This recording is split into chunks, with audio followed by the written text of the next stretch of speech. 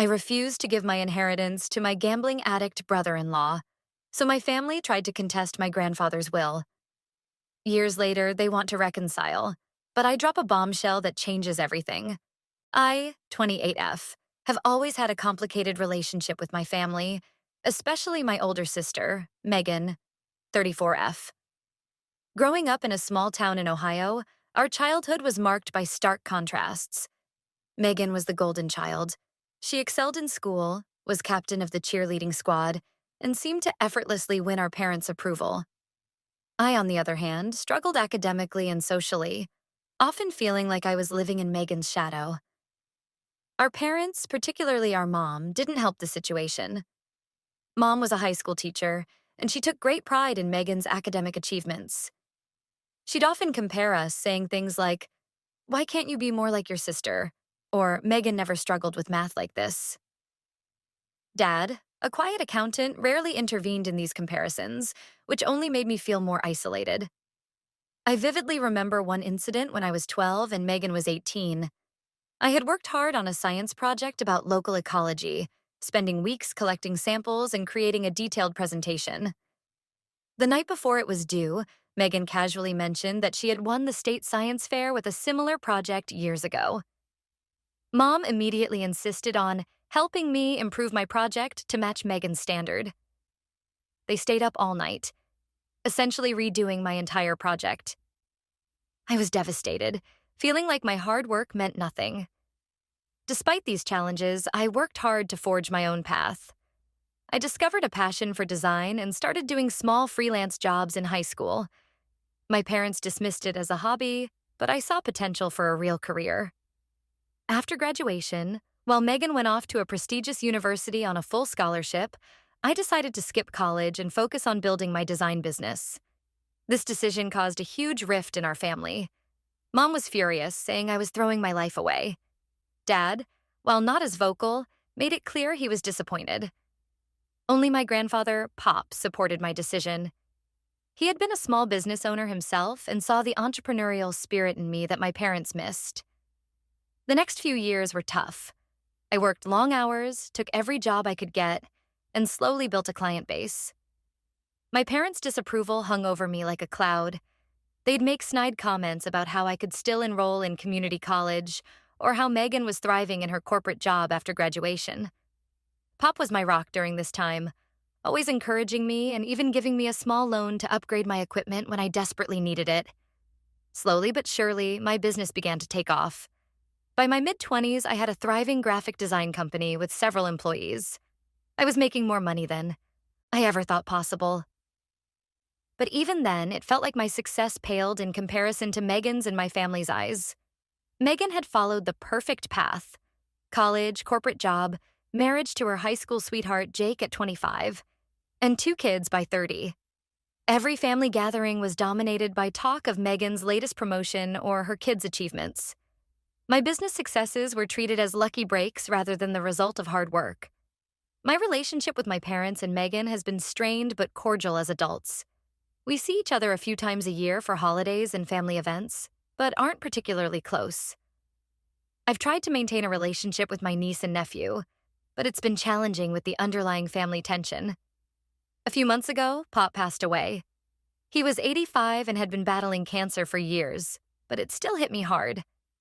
He was always supportive of me and believed in my potential, even when my parents didn't.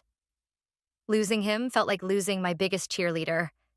To my surprise, Pop left me a significant inheritance in his will, about $500,000. My parents and Megan received much smaller amounts, around $50,000 each. I was stunned by Pop's generosity and touched that he believed in me so much. At first, my family congratulated me, albeit somewhat stiffly. But soon after, Megan called me in tears. She confessed that she and Jake were drowning in debt. Apparently, Jake had a gambling addiction he'd hidden from everyone, including Megan until recently. They were on the verge of losing their house and possibly headed for divorce. Megan begged me to give her my inheritance to help them get back on their feet. She said I owed it to her as her sister, and that our kids, I don't have any yet, are cousins who should look out for each other. She brought up times from our childhood when she had helped me, like when she convinced some girls to stop bullying me in middle school. My parents quickly joined in, pressuring me to do the right thing and help Megan's family. Mom called me daily, oscillating between guilt-tripping and angry tirades. She said things like, "How can you be so selfish when your sister's family is suffering? And Pop would be so disappointed in you." I was stunned and upset by their request. This inheritance meant so much to me, both financially and emotionally, as a gift from Pop. I had worked hard for years with little support from my family, and Pop's belief in me had kept me going through the toughest times. Now that I finally had this windfall, they expected me to just hand it over. After much thought, I told Megan I was sorry for her situation, but that I wouldn't be giving her my inheritance. I offered to loan her a smaller amount, around $50,000, to help with immediate expenses, but she refused, saying they needed the full amount to dig out of their hole. My parents are furious with me. They've called me selfish and heartless, saying I'm abandoning my sister in her time of need. Mom has started bringing up every sacrifice she and Dad ever made for me, as if that entitles them to decide what I do with my inheritance. Megan won't speak to me now and has apparently been bad-mouthing me to our extended family. Even some cousins and aunts have reached out to guilt me about my decision. I feel terrible about Megan's situation, but I don't think it's fair for them to expect this of me after years of favoring her. Pop chose to leave me this money, and I want to honor his wishes. I have plans for the money. I want to expand my business, buy a house, and set aside some for my own future kids' education. But the guilt and family pressure are really getting to me. Am I the asshole for refusing to give up my inheritance? Should I sacrifice my own plans to bail out my sister's family? I'm torn between standing my ground and keeping the peace with my family. Update 1. It's been about a month since my last post, and the situation with my family has only gotten worse. A week after I refused to give Megan my inheritance, my parents showed up unannounced at my house. They spent hours trying to convince me to change my mind, alternating between guilt-tripping and anger. My mom even brought up childhood incidents where Megan had helped or defended me, implying I owed her for that. One story she kept repeating was from when I was 14 and Megan was 20. I had been caught shoplifting a lipstick from the mall, a stupid mistake I made trying to fit in with the cool girls at school. Megan, home from college for the summer, had convinced our parents not to ground me for life. Mom acted like this one incident meant I owed Megan everything for the rest of my life. I stood my ground, reminding them of all the times I had been overlooked or dismissed in favor of Megan. I brought up the science fair incident, which Mom waved off as ancient history. When I mentioned how they had never supported my business, Dad actually had the audacity to say they were just trying to protect me from failure. The conversation went in circles for hours, leaving me emotionally drained. Things escalated when I found out my parents had given Megan and Jake access to their retirement savings to help with their debt. They didn't tell me directly. I heard it from my aunt. Apparently, they've significantly compromised their own financial security to bail out Megan and Jake. I was furious that they'd do this while simultaneously pressuring me to give up my inheritance. When I confronted them, they claimed they had no choice as parents. They accused me of forcing them into this position by being selfish with Pop's money. Mom even said, "If you had just done the right thing, we wouldn't have had to risk our retirement." The family dynamic has become incredibly toxic. Megan has been spreading her side of the story to everyone who will listen, painting me as a greedy, uncaring sister. She's been posting vague, passive-aggressive statuses on social media about family loyalty and true colors. Some relatives have taken her side, while others are staying out of it entirely. I've started getting harassing messages on social media from Megan's friends, calling me horrible names and saying I'm tearing the family apart.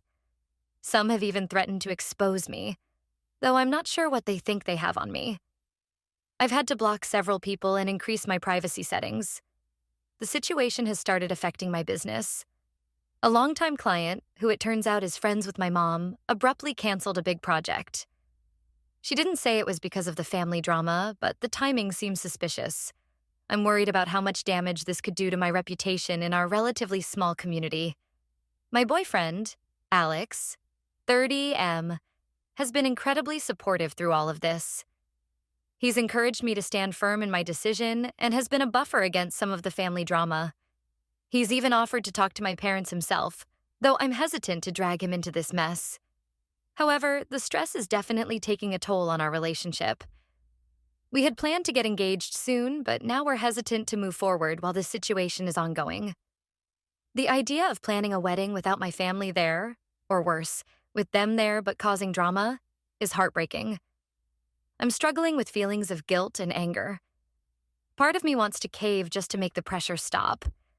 I lie awake at night wondering if I'm making a huge mistake that will cost me my family forever.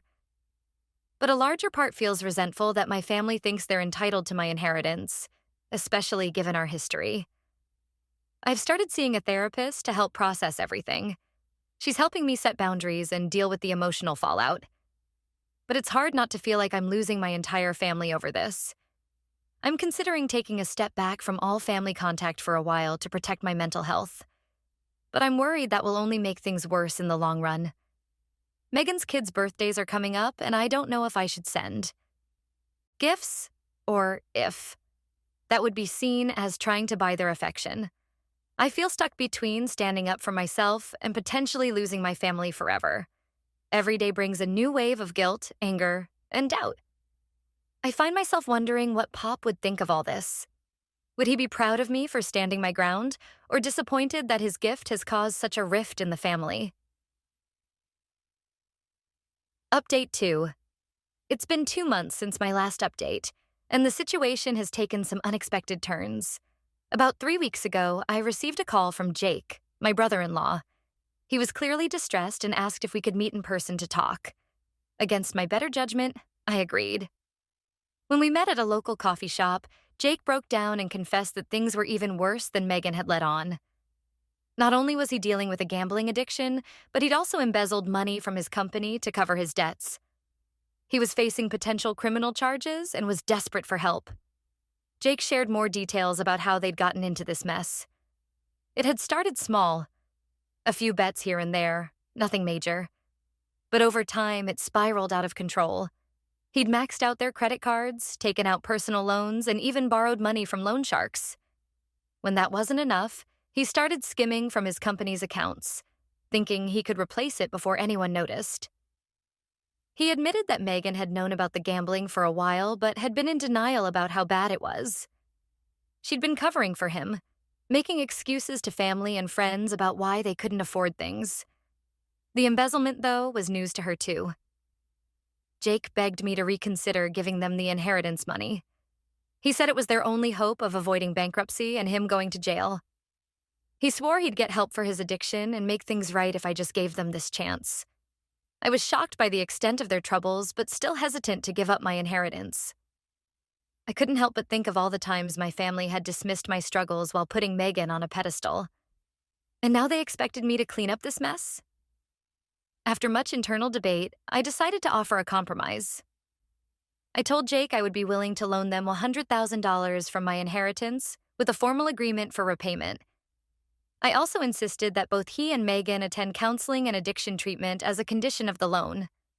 Jake was grateful for the offer, but said Megan might not accept it. He was right. When Megan found out about our meeting and my offer, she was furious.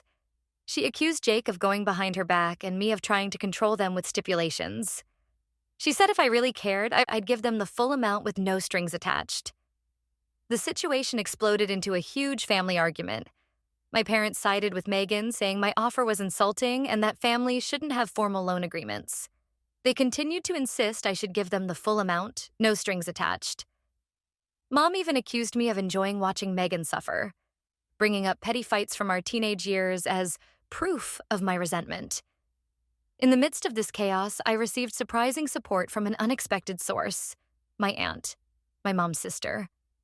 She reached out to tell me she thought I was being more than generous with my offer and that my parents and Megan were out of line. My aunt revealed that this wasn't the first time Megan and Jake had financial troubles. Apparently, they'd borrowed significant amounts from other family members over the years, always with sob stories and promises to repay that never materialized. She told me about loaning them $20,000 for home repairs a few years ago, only to find out later they'd used it to pay off gambling debts. They'd never paid her back. This information has made me even more resolute in my decision. I've decided to stand firm on my offer of a $100,000 loan with conditions, but I won't be budging beyond that. If they choose not to accept it, that's on them. The family remains divided, with battle lines clearly drawn.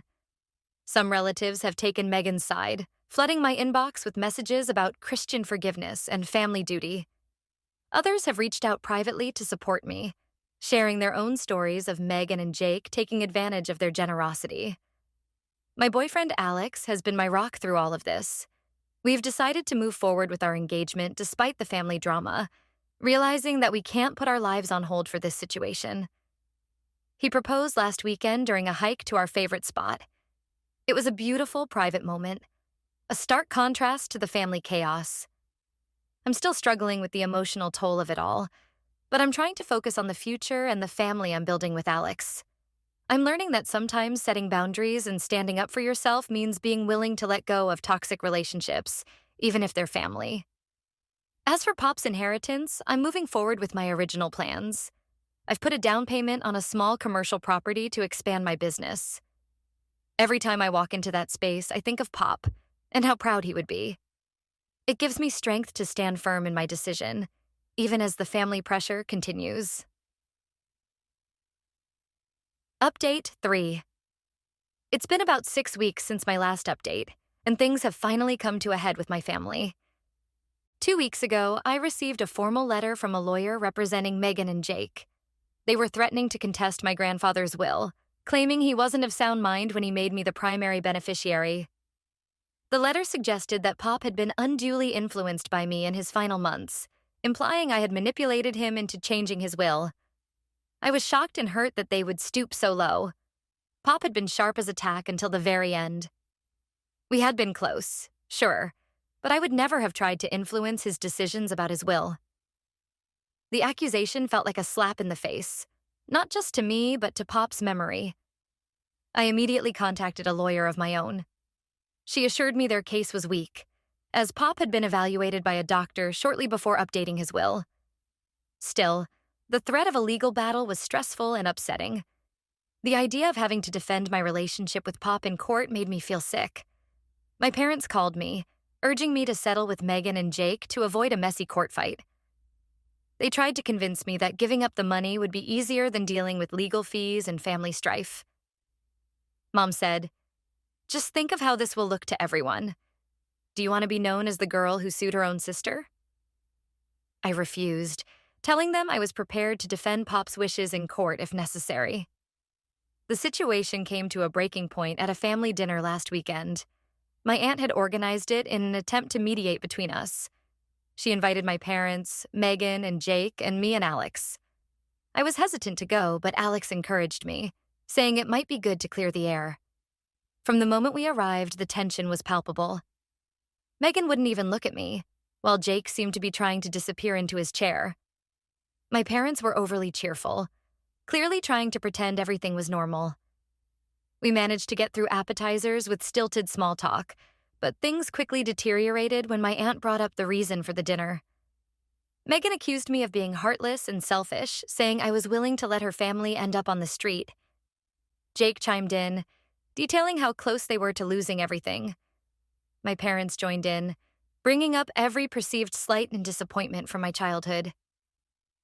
Mom dredged up the old shoplifting incident, twisting it to make it sound like Megan had saved me from a life of crime.